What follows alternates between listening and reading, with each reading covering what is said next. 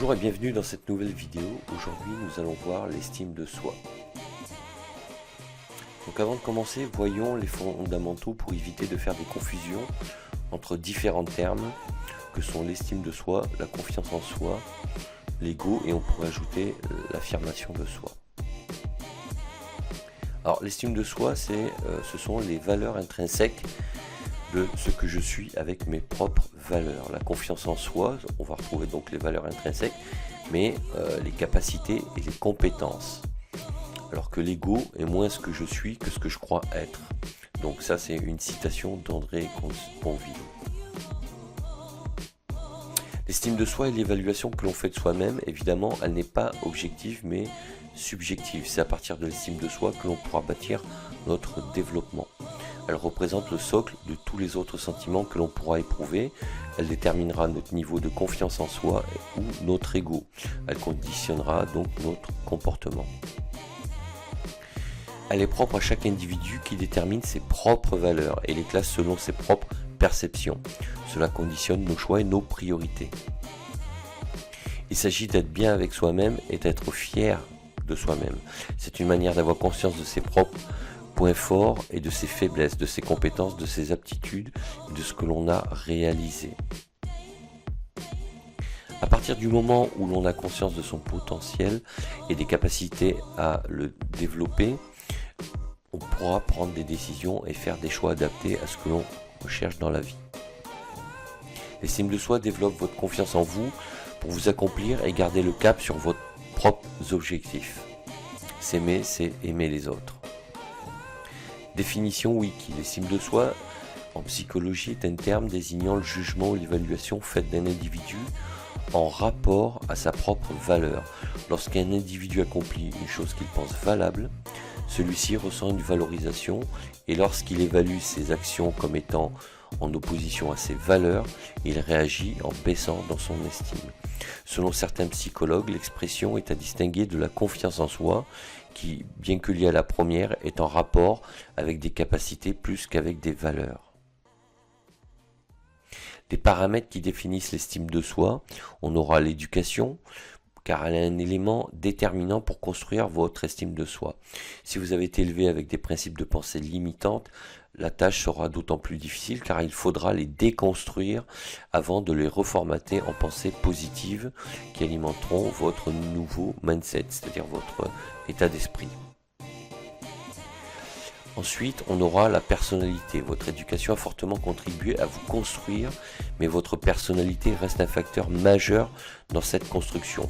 Prenons le cas d'une famille où les enfants ont reçu la même éducation et pourtant leur parcours et chemin de vie sont complètement différents parce que chaque enfant a sa propre personnalité.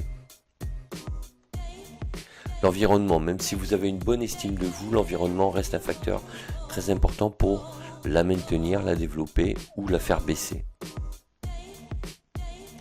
Les capacités intellectuelles. Vos capacités intellectuelles orienteront forcément votre estime de vous-même selon votre éducation et votre parcours scolaire et surtout la forme d'intelligence dominante qui est en vous. Voir l'article Les intelligences multiples que j'ai écrit sur mon blog Cap sur vous où j'explique bien qu'il y a plusieurs types d'intelligence, qu'il n'y a pas une seule intelligence. Donc vous aurez toutes les explications en détail. Les capacités physiques.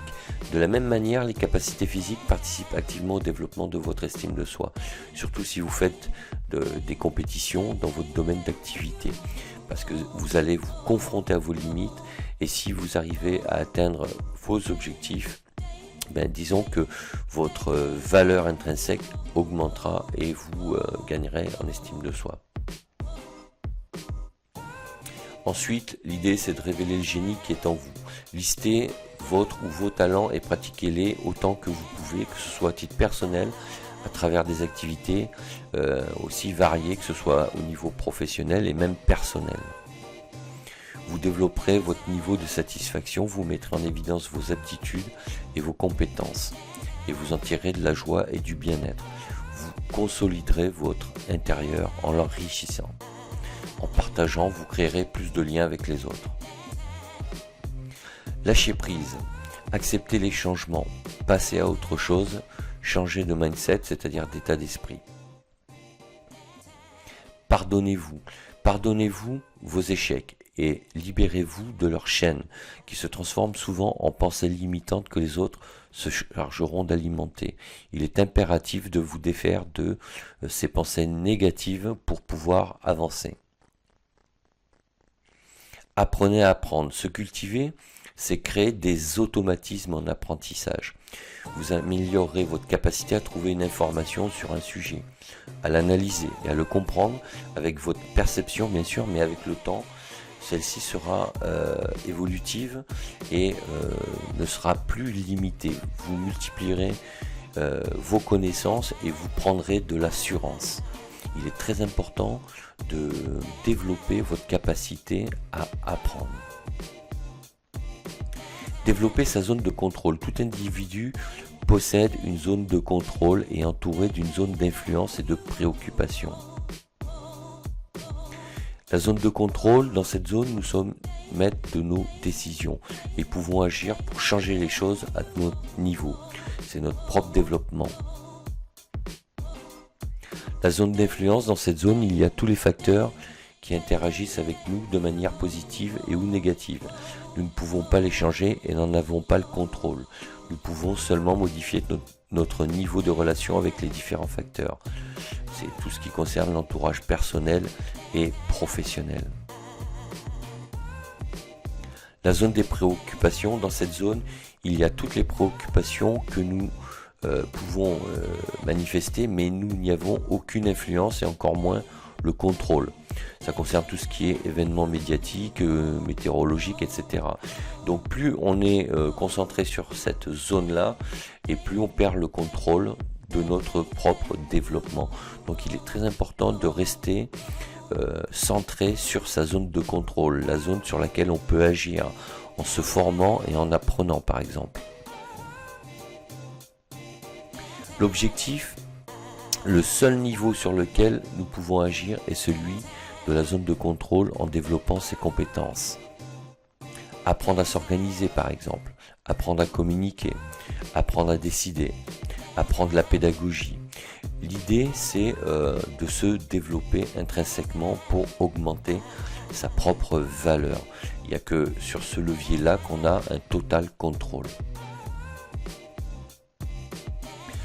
Ainsi, nous pouvons avoir un meilleur impact sur la zone d'influence et en quelque sorte limiter les effets négatifs de certains facteurs extérieurs.